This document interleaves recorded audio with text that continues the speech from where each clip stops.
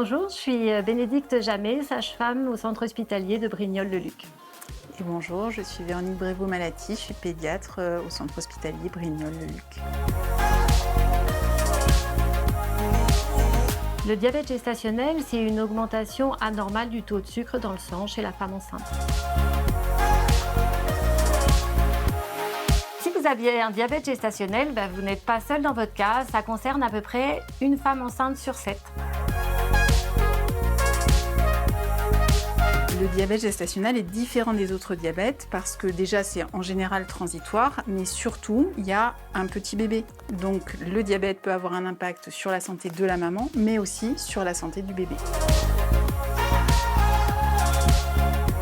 La plupart du temps, on va dépister le diabète avant l'apparition des signes en fonction des facteurs de risque qu'aura la patiente. Des facteurs de risque, il y a par exemple l'augmentation importante, la prise de poids importante au cours de la grossesse. C'est notamment un des facteurs de risque. Ou par exemple s'il y a un diabète sur une grossesse précédente. Un diabète préexistant aussi. Une femme qui aurait une grossesse un peu tardive. Pour faire le dépistage, on va réaliser une prise de sang tout d'abord en tout début de grossesse pour faire une glycémie à jeun, pour voir s'il n'y a pas un diabète qui était préexistant à la grossesse. Et sinon, au début du 6e mois, on va proposer aux femmes une deuxième prise de sang où là, elles vont devoir boire du sucre et on va voir comment leur corps élimine ce taux de sucre qu'elles auront ingéré.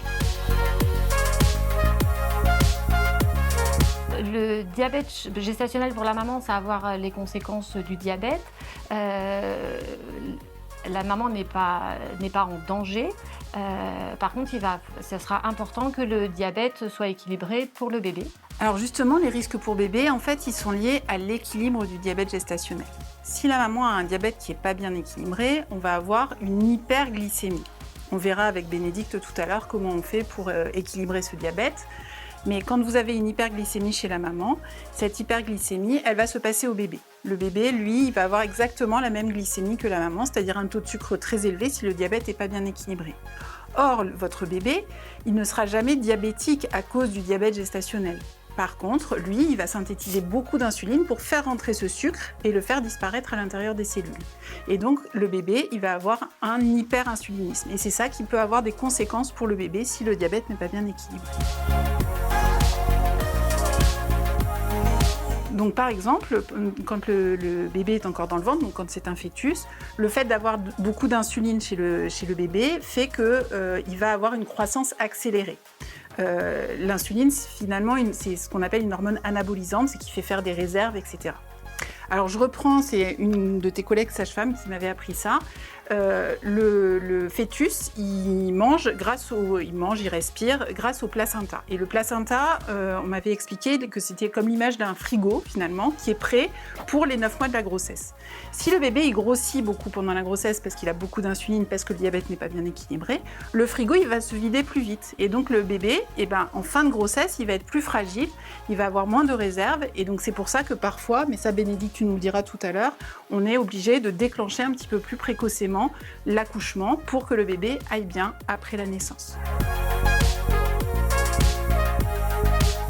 Si vous faites un diabète gestationnel, la première conduite à tenir, ça va être de suivre un régime.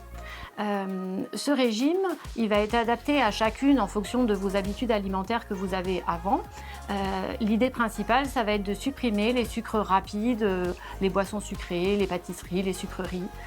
Voilà, mais vous serez accompagné par une sage-femme ou une diététicienne pour vous aider à équilibrer ce diabète. À ce régime, ça sera très important de continuer ou de commencer à avoir une activité physique quotidienne. Alors on ne vous demande pas de venir d'un coup, de devenir hyper sportive, mais de marcher tous les jours si vous aimez la marche, si vous aimez la piscine, c'est super aussi. Voilà, de trouver une activité qui vous convienne et qui vous permettra de rester en forme pendant la grossesse. À la maternité de Brignoles, on va vous proposer une hospitalisation en hôpital de jour, donc sur la journée, où vous serez avec un groupe de femmes au même terme que vous qui présentent aussi un diabète. Vous allez pouvoir avoir beaucoup plus d'informations sur le diabète et savoir comment vous allez pouvoir faire pour que ce diabète soit équilibré. Dans cette journée, vous allez pouvoir rencontrer une sage-femme, une diététicienne, l'endocrinologue, la pédiatre. Et du coup, vous aurez vraiment toutes les infos pour pouvoir équilibrer au mieux le diabète. Pour suivre votre diabète, on va vous donner un lecteur de glycémie. Sur le lecteur de glycémie s'affichera votre taux de sucre 6 fois par jour. Pour ça, vous allez vous prélever et faire un petit prélèvement au bout du doigt. C'est pas douloureux, ça fait un peu comme une petite piqûre de moustique.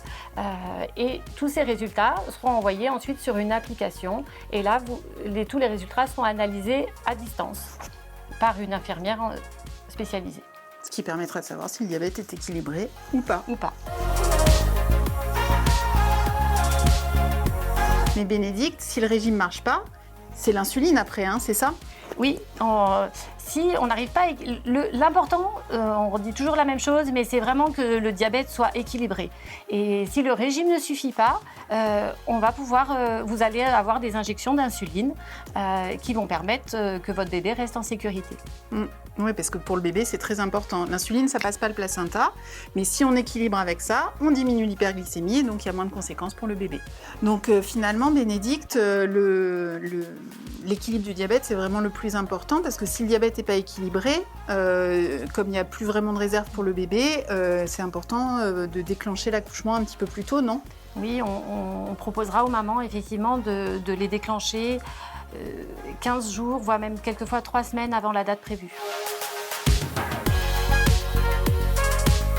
Le diabète gestationnel, dans la majorité des cas, va disparaître après l'accouchement. On va vous proposer 3 mois après l'accouchement un nouveau test pour voir si le diabète a bien disparu.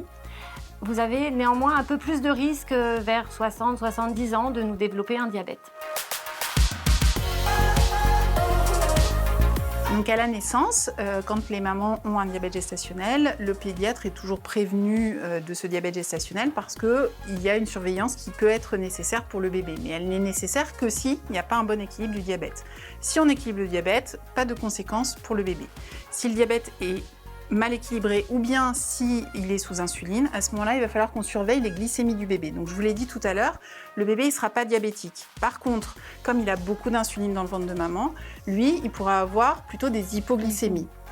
Et donc ces hypoglycémies, il faut qu'on les surveille. Donc c'est comme tu l'expliquais tout à l'heure, Bénédicte, on va faire la petite piqûre au bout du doigt. Alors c'est pas 6 fois par jour, hein. On va faire 3 glycémies. Si elles sont toutes normales, on arrêtera. Par contre, parfois, elles sont un petit peu basses, donc il faut continuer la surveillance. Et à ce moment-là, il faut enrichir un peu l'alimentation. Certaines mamans font le choix de l'allaitement maternel, d'autres mamans font le choix du biberon. Il faut que vous suiviez ce que vous aviez prévu de faire, même s'il n'y avait pas de diabète. Le lait maternel, c'est toujours ce qu'on recommande le plus en termes d'alimentation.